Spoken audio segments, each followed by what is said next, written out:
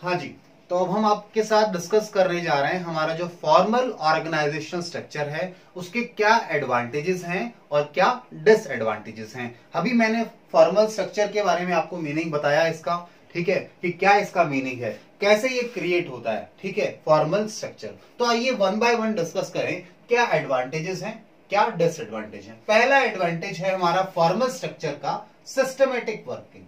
हमारे जो formal structure है उसकी हेल्प से ऑर्गेनाइजेशन में सिस्टमेटिक वर्किंग आती है, स्मूथ वर्किंग कर पाते हैं हमारे एम्प्लॉइज। जो फंक्शनिंग है ओवरऑल ऑर्गेनाइजेशन का वो काफी स्मूथ हो जाता है, काफी सिस्टमेटिक हो जाता है, क्योंकि हमारे यहाँ पे हमने सारी चीजें तो कर ली। हमने ऑर्गेनाइजेशन स्ट्रक्चर डिफाइन किया, तो हमने जॉब्स असाइन कर दी, ड्यूटीज असाइन कर दी, अथॉरिटी रिस्पॉन्सिबिलिटी रिलेशन क्रिएट कर दिया, ठीक है, स्केलर चेन ऑफ कम्युनिकेशन हो गया, यानी किससे रिपोर्ट करना है, कोऑर्डिनेशन बहुत इजी हो जाएगा, स्मूथ फंक्शनिंग होगी हमारे यहाँ पर, यानी सिस्टमेटिक वर्किंग होगी, एक काम तरीके से हो पाएगा। क्योंकि अब आपको किसी को रिपोर्ट करना है, किसी से कोई चीज पूछनी है, किसी से कोई डिसीजन मेकिंग के लिए कोई कंसल्टेशन करना है, तो आपको पता है किसकी क्या रिस्पॉन्सिबिलिटी है, किसकी क्या अथॉरिटीज हैं, अकॉर्डिंगली आप उनके पास जा सकते हैं। तो एक सिस्टम क्रिएट हो जाता है ऑर्गेनाइजेशन में अगर आपके पास फॉर्मल ऑर्गेनाइजेशन स्ट्रक्चर है तो। अगर नहीं है तो प्रॉब्लम आती है, सिस्टमेटिक वर्किंग नहीं हो पाती ऑर्गेनाइजेशन में। तो हमने कहा ये हमारा एडवांटेज है। इसके बाद बात करें second, another advantage of formal organizational structure is that it helps in achieving organizational objectives। जो ऑर्गेनाइजेशन के ऑब्जेक्टिव्स हैं उन्हें अचीव करने में अब आपको काफी इजीनेस आ जाएगी, काफी हेल्पफुल होगा हमारा ये स्ट्रक्चर। क्योंकि जब ये स्ट्रक्चर बनाया गया है तो इसमें ये चीज ध्यान रखी गई है कि हम ये स्ट्रक्चर क्यों बना रहे हैं। हम जो लोगों को जॉब असाइन कर रहे हैं, जो अथॉरिटीज दी जा रही है, जो रिस्पॉन्सिबिलिटीज दी जा रही हैं, वो ये सब चीज ध्यान रखकर किया जाता है कि भाई हमारा जो गोल है, हमारा जो ऑब्जेक्टिव है वो क्या है, ऑर्गेनाइजेशन के ऑब्जेक्टिव्स को अचीव करना है, and accordingly we will be able to achieve the objectives. Next बात करें आपके साथ, तो नेक्स्ट है नो ओवरलैपिंग ऑफ वर्क। देखिए ओवरलैपिंग नहीं होगा ऑर्गेनाइजेशन, फॉर्मल ऑर्गेनाइजेशन स्ट्रक्चर में। क्यों नहीं होगा, किसकी क्या रिस्पॉन्सिबिलिटी है, किसकी क्या जॉब है, ये हर एम्प्लॉय को इंडिविजुअली असाइन किया जाता है, ठीक है। तो जो आपका काम है वो आप करेंगे, कोई दूसरा उस काम को नहीं करेगा, यानी डुप्लीकेशन नहीं होगा, ठीक है। ऐसा नहीं होगा कि आपको परचेज डिपार्टमेंट में आपको सुपरविजन करना है तो कोई दूसरा भी सुपरविजन कर रहा है, नहीं, उसको पता है सुपरविजन के लिए हमारे पास अलग इंडिविजुअल है, अलग एम्प्लॉय है, आपका वो काम नहीं है, आपको वो काम करना है जो आपको असाइन किया गया है। तो ओवरलैपिंग नहीं होगा, यानी कि डुप्लीकेशन नहीं होगा।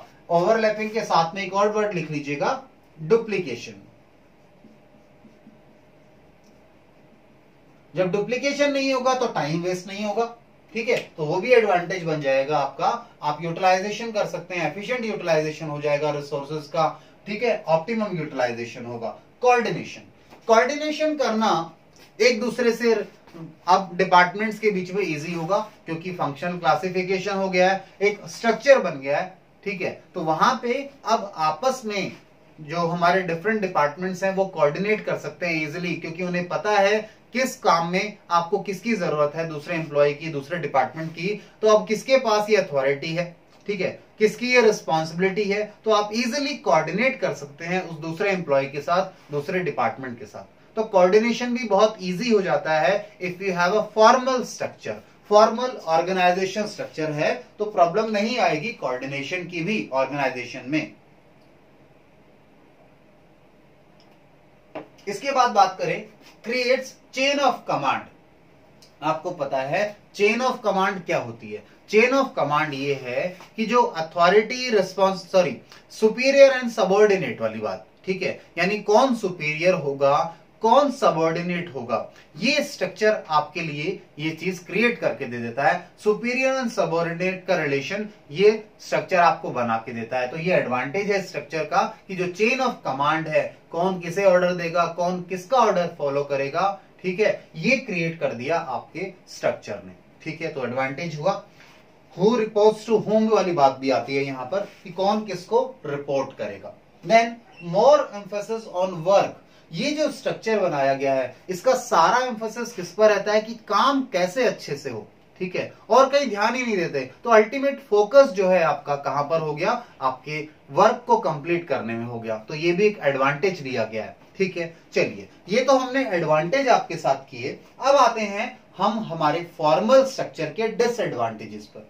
पहला डिसएडवांटेज इन्होंने कहा डिले इन डिसीजंस। क्या है जी? Delay in decisions. क्यों होगा डिले इन डिसीजंस? तो जब नेगेटिव की बात करें, डिसएडवांटेज की बात करें, तो क्योंकि आपको स्केलर चेन फॉलो करना होगा कम्युनिकेशन का, आपको लोगों से सलाह लेनी है, ठीक है। आप डायरेक्टली किसी को रिपोर्ट नहीं कर सकते, डायरेक्टली किसी से बात नहीं कर सकते, आपको जो प्रॉपर चैनल्स हैं उनके थ्रू जाना होगा। और जब आप चैनल्स के थ्रू जाते हैं, फॉर्मल स्ट्रक्चर के थ्रू जानते हैं, तो कई बार डिसीजंस लेने में डिले हो जाता है, टाइमली डिसीजन नहीं ले पाते। और अगर डिसीजन टाइम पर नहीं ले लिया गया तो वो डिसीजन ना लेने के बराबर है, उसके नुकसान ही होते हैं, ठीक है। तो डिले होता है कई बार डिसीजंस में। क्यों? क्योंकि आपको उस पाथ को फॉलो करना पड़ेगा, उस चेन को फॉलो करना पड़ेगा कम्युनिकेशन के लिए, जहां पर डिले आ सकता है। Then ignores social need of employees.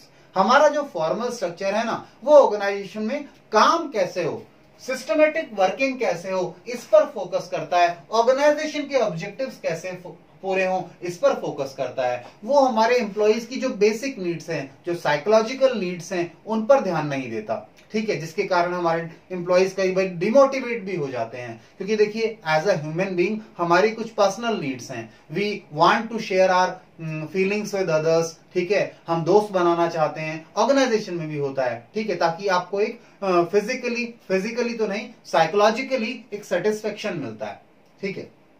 तो ये जो स्ट्रक्चर है, जो फॉर्मल स्ट्रक्चर है, वो आपकी इन नीड्स को पूरा नहीं करता। आपको अपनी बातें शेयर करनी है, ठीक है, थोड़ा आपका एक सोशल जो आपकी रिक्वायरमेंट है वो बिल्कुल पूरी नहीं होती हमारे इस स्ट्रक्चर में, क्योंकि सोशल नीड्स को इंपॉर्टेंस ही नहीं दिया गया, कहीं जगह ही नहीं है इसकी जब हमने फॉर्मल स्ट्रक्चर बनाया, ठीक है। दूसरी बात, एम्फेसिस ऑन वर्क ओनली।